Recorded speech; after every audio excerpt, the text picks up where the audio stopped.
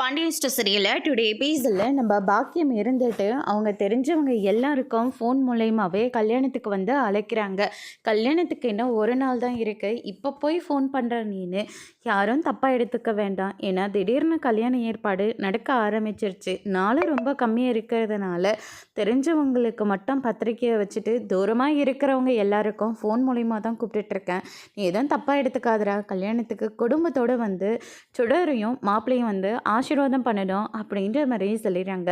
அதுக்கடுத்து தான் வந்து பார்த்திங்கன்னா தங்கமயில் வீட்டுக்கு வராங்க. வாமயில் கல்யாணத்துக்கு லீவ் அன்னைக்கு ஒரு நாள் ஆச்சு, நீ லீவ் போடுவியா அப்படின்னு சொல்லிட்டு கேட்கவும், 3 நாள் லீவ் சொல்லியிருக்கமா அப்படின்ற மாதிரி சொல்லிடுறாங்க. என்ன தங்கச்சியோட கல்யாணம் நடக்க போது அதுக்கான சந்தோஷம் உன் முகத்தில் கொஞ்சம் கூட இல்லவே இல்லையே அப்படின்ற மாதிரி சொல்லிக்கிட்டு இருக்காங்க. முதல்ல எனக்கு இந்த கல்யாணத்துலேயே சுத்தமாக விருப்பம் இல்லை, இதில் எங்கள் சந்தோஷத்தில் அப்படின்ற மாதிரி நம்ம தங்கமயில் வந்து சொல்லிக்கிட்டு இருக்காங்க. நடக்க போகிறது வேறு யாரோ கல்யாணம் கிடையாது, உன் தங்கச்சியோட கல்யாணம். இதில் உனக்கு என்ன விருப்பம் அப்படின்ற மாதிரிலாம் கேட்டுக்கிட்டு இருக்காங்க. அந்த குமாரி எப்படிப்பட்டவனு நம்ம எல்லாருக்கும் நல்லாவே தெரியும். தெரிஞ்சிருந்தோம் சுடரை வந்து கல்யாணம் பண்ணி வைக்கிறதுல எனக்கு கொஞ்சம் கூட விருப்பமே இல்லை அப்படின்ற மாதிரியே சொல்லிடுறாங்க. சரிடி, உன் வழிக்கே நானும் வரேன். நீ வந்து வாழை வெட்டியா இங்கே வந்து உட்காந்துக்கிட்டு இருக்க.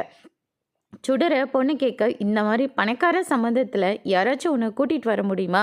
மாப்பிள்ளை கெட்டவரை கூட இருந்துட்டு போட்டோம், அதை பற்றிலாம் எங்களுக்கு கொஞ்சம் கூட கவலையே கிடையாது. அவர் பணக்கார மாப்பிள்ளையே இருக்கார். சுடரும் அவங்கள கண்டிப்பாக மாற்றிடுவா, அவரோட வலிக்கு கொண்டு வந்துடுவா. தேவையில்லாமல் இந்த கல்யாணத்தில் உள்ளே பூந்து குட்டியை கிளப்பணும்னு நினைக்காது. இதில் உன் தங்கச்சிக்கு முழு சம்மதத்தோடு தான் இந்த கல்யாண ஏற்பாடெல்லாம் ஒரு பக்கம் போயிட்டுருக்கு. தேவையில்லாமல் பேசி அவளோட மனசை மாற்றி விட்டுறது அப்படின்ற மாதிரி சொல்லிடுறாங்க. அதுக்கு தான் உங்கள் அம்மா சொல்கிறத கேளு தங்கமயில் அப்படின்ற மாதிரி மாணிக்கமும் ஒரு பக்கம் சொல்லிடுறாங்க. என்னப்பா நீங்களும் இப்படியெல்லாம் பேசிக்கிட்டு இருக்கீங்க அப்படின்னு சொல்லிட்டு தங்கமயில் ஒரு பக்கம் சொல்லிக்கிட்டு இருக்காங்க. அதுக்கடுத்ததாக சுடரை கூப்பிட்டு, நாங்கள் போய் கல்யாணத்துக்கான பொருளெல்லாம் கொஞ்சம் வாங்க வேண்டியதே இருக்குது, நாங்கள் போய் வாங்கிட்டு வரோம், நீ பத்திரமா இருமா, யாரோட பேச்சும் கேட்டுறாத அப்படின்ற மாதிரி சொல்லிட்டு பாக்கியம் இருந்துட்டு அங்கேருந்து கிளம்புறாங்க. அவங்க போனதுக்கப்புறமா தங்கமயில் இருந்துட்டு சுடரை கூப்பிட்டு, உனக்கு இந்த கல்யாணத்தில் விருப்பமா, ஏண்டி அது விருப்பம் இல்லைன்னு உங்கள் அம்மா அப்பாக்கிட்டே சொல்ல வேண்டியது தானே, உனக்கு என்னக்கா உனக்கு என்ன பொறாமையாக இருக்கா?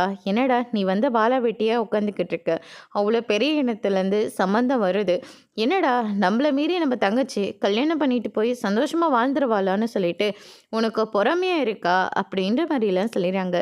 சுடர், என்னம்மா வார்த்தை பேசுகிறேன், நான் உன் மேலே பொறாமப்படுவேனா? ஆமாக்கா, உன்னோட பெரிய இடத்துக்கு நான் வாக்கப்பட்ட போகிறேன். அந்த நீ அதுவும் இல்லாமல் நீ இப்போ மாமா கூட வேற சண்டையில் இருக்க, உன்னால் அங்கே போய் வாழவும் முடியாது. அதனால் நீ இங்கே வந்து உட்காந்துக்கிட்டுறதுனால காலம் முழுக்க நானும் இங்கேயே உட்காந்துக்கிட்டு உன் முகத்தை பார்த்துக்கிட்டு நானும் கஷ்டப்பட்டுட்டு இருக்கணுமா? எனக்கு இந்த கல்யாணத்தில் மனப்பூர்வமாக சம்மதம், தேவையில்லாமல் என் கல்யாணத்து விஷயத்தில் நீ தலையிடாத அப்படின்ற மாதிரி சொல்லிடுறாங்க. இதை கேட்டோன்னே தங்கமயிலுக்கு ரொம்பவே அதிர்ச்சியாக இருக்குது. அதுக்கு தான் இந்த பக்கம் நம்ம சரவணன் இருந்துட்டு அரசியை கூட்டிகிட்டு போகிறாங்க. என்னம்மா, நானே பைக் எடுத்துகிட்டு வந்து உன்னை காலேஜ்லேயே ட்ராப் பண்ணட்டுமா? அதெல்லாம் ஒன்றும் வேண்டாண்ணே. அரசி என்னை மன்னிச்சிடுமா, அண்ணன் ஏதோ முட்டாள்தனமாக இப்படி ஒரு வார்த்தையெல்லாம் நான் பேசிட்டேன்.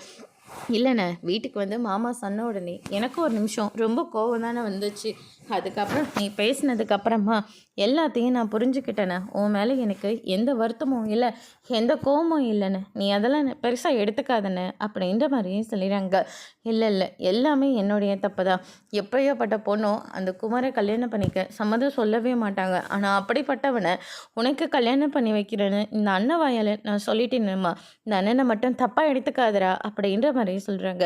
அண்ணன், உன் மேலே எனக்கு எந்த கோவமும் இல்லைன்னு, நீ தேவையில்லாமல் மனசை போட்டு குழப்பிக்காத, இந்தடா காசு அப்படின்னு சொல்லிட்டு இந்த அண்ணனை மட்டும் மன்னிச்சிரு அப்படின்ற மாதிரி சொல்லிட்டு சரவணன் வந்து சொல்லிடுறாங்க. அதுக்கடுத்ததான் அரசியும் அங்கேருந்து கிளம்பிடுறாங்க. அதுக்கடுத்ததான் இந்த பக்கம் பாண்டியன், ராஜி, கதிர், கோமதி எல்லாம் சாப்பிட்டுட்டு இருக்காங்க. என்னமோ உங்ககிட்ட சொல்லணும்னு நினச்சிக்கிட்டே இருக்கங்க அப்படின்ற மாதிரி சொல்லிடுறாங்க. என்ன கல்யாண விஷயமா? ஆமாங்க, கல்யாணத்துக்கு நம்ம செய்ய வேண்டிய முறை எல்லாத்தையும் செஞ்சிடணும்.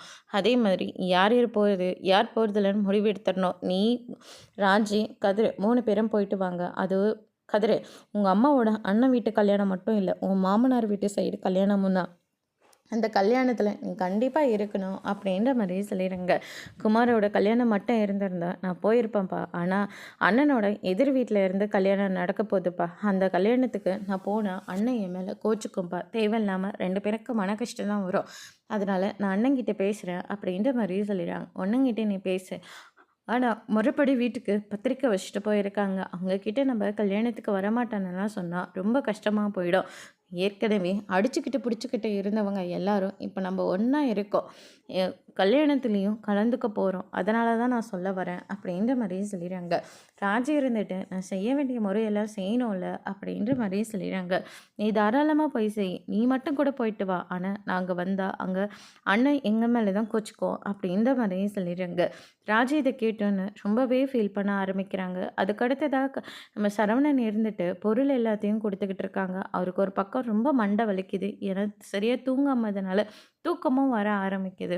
அதுக்கடுத்தது இன்னொருத்தர் வந்து பில்லை கொடுத்துட்டு இந்த பொருளெல்லாம் 1/2 மணி நேரத்தில் டெலிவரி பண்ணிவிடுங்க அப்படின்ற மாதிரி சொல்லிட்டு போயிடுறாங்க.